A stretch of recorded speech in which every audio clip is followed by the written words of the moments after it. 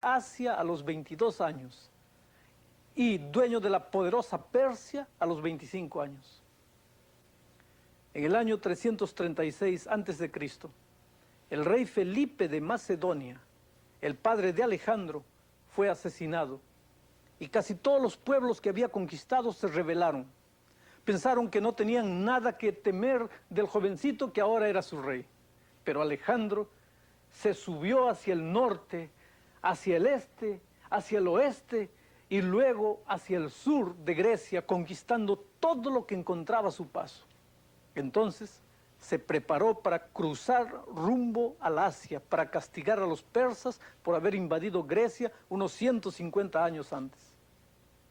Persia era el imperio más rico, el más poderoso de todos los estados del mundo occidental en aquel tiempo. Alejandro tenía un poco más de 30.000 hombres de infantería y 5.000 de caballería.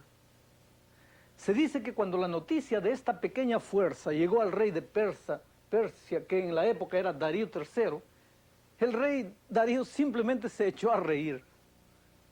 Pero cuando el ejército persa, de posiblemente 1.000.000 de soldados, se enfiló para la batalla final en lo que ahora es el Irak moderno, las fuerzas de Alejandro parecían una pequeña islita que estaba a punto de ser tragada por una grande ola humana. Pero Alejandro cambió el resultado con una maniobra clásica que había aprendido de su padre. ¿En qué consistía esto? Mientras sus hombres del centro incitaban al ataque sobre ellos, él personalmente guió un grupo valeroso y bien disciplinado de soldados a caballo para que atacaran por el flanco derecho. Y entonces tomó las filas enemigas que estaban desapercibidas. En cierto momento, llegó tan cerca del otro monarca que podría haberlo matado, podría haber herido a Darío III con su lanza. Pero el rey persa dio la vuelta y se escapó, para más tarde ser asesinado por equivocación a manos de sus propios hombres. A partir de ahí, el ejército se desplomó en medio de la confusión. A pesar de todo esto, de todo este crecimiento vertiginoso de Alejandro, este hombre murió con solamente 32 años, en el año 323 a.C., habiendo conquistado un imperio que se extendía desde el país antes conocido como Yugoslavia hasta la India, incluyendo parte de Bulgaria, Israel, Egipto, Libia, Irak, Irán, Afganistán y la Unión Soviética. 2 siglos y medio más tarde, Julio César, ¿se acuerdan de él? Lloraba y se culpaba de ser un fracasado al leer lo que Alejandro había logrado a la misma edad que Julio César tenía en la época. Bueno, después de la muerte de Alejandro, su reino fue dividido entre 4 de sus generales. Se debilitó cada vez más, hasta que finalmente dio paso al control del 4.º imperio de la profecía. Y Daniel ya lo anunciaba de esta manera, miren.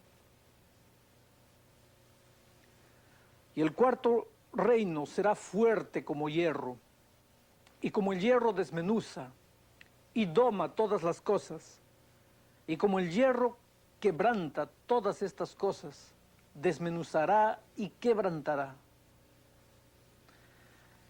Después de la caída del imperio griego, en el año 168 a.C., el siguiente poder mundial fue Roma, que continuó hasta el año 476 después de Cristo. Era Roma la que gobernaba el mundo cuando Jesús nació en Belén.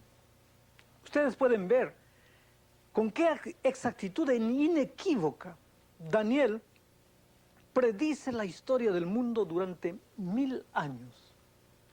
Tenemos el levantamiento y la caída de naciones como Babilonia, seguida por Medo-Persia, seguida por Grecia y luego Roma. La historia lo confirma todo.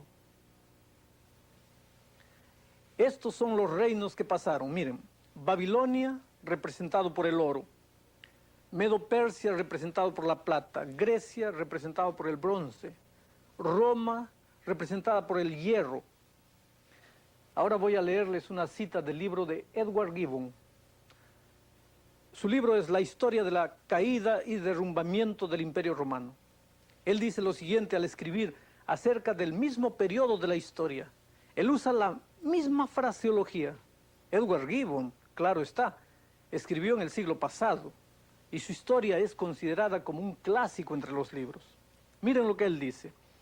Los ejércitos de la República, a veces conquistados en batalla, siempre victoriosos en guerra, avanzaron con pasos rápidos hacia el Éufrates, el Danubio, el Rin y el océano, y las imágenes de oro o plata o bronce que pueden servir para representar las naciones y sus reyes fueron quebrantadas en sucesión por la monarquía de hierro de Roma.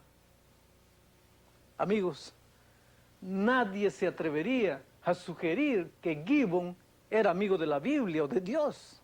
Era un incrédulo, sumamente sarcástico en lo que se refiere a la Biblia. Esto, para mí, es lo que hace más sorprendente su declaración. Él usa la misma descripción que el profeta usara casi 2000 años y medio antes, 2500 años antes. Oro, plata, bronce y hierro. Muchas veces he pensado que si tú tienes 4 imperios universales, Babilonia, seguida por Medo-Persia, entonces Grecia, y después Grecia, seguida por Roma, tú podrías esperar que cuando Roma cayera, naturalmente debería ser seguida por un 5.º imperio, un 6.º, un 7.º reino. Pero miren lo que el profeta decía, que la historia no se repetiría. Vean lo que dice. Y lo que viste de los pies y los dedos, en parte de barro cocido, de alfarero y en parte de hierro, será como un reino dividido. Mas habrá en él algo de la fortaleza del hierro, según viste el hierro mezclado con el tiesto de barro. Y por ser los dedos de los pies en parte de hierro y en parte de barro cocido, en parte será él reino fuerte y en parte frágil. El profeta Daniel dijo que Roma caería y sería dividida en 10 partes, algunas de las cuales serían fuertes y algunas serían frágiles o débiles. Ahora vean, alrededor del año 410 después de Cristo, las tribus bárbaras conquistaron Roma. Estaban ahí los godos bajo Alarico, seguidos por los hunos dirigidos por Átila. Después, en el año 456 después de Cristo, los vándalos del norte del África bajo Genserico invadieron Italia ellos. Gradualmente, Roma se vio forzada a ceder más y más de su territorio hasta que 10 de estas tribus llegaron a ser lo que se conoce hoy como la Europa actual. Esas 10 tribus eran los ostrogodos, los visigodos, los francos, los vándalos, los suevos, los alemanes, los anglosajones, los érulos, los lombardos y los burgundios. 7 de ellos todavía existen en la Europa de nuestros días. Por ejemplo, los anglosajones llegaron a ser los ingleses, los francos llegaron a ser los franceses y los lombardos llegaron a ser los italianos. En una lección posterior leeremos la fascinante historia del poder que destruyó 3 de estas 10 divisiones.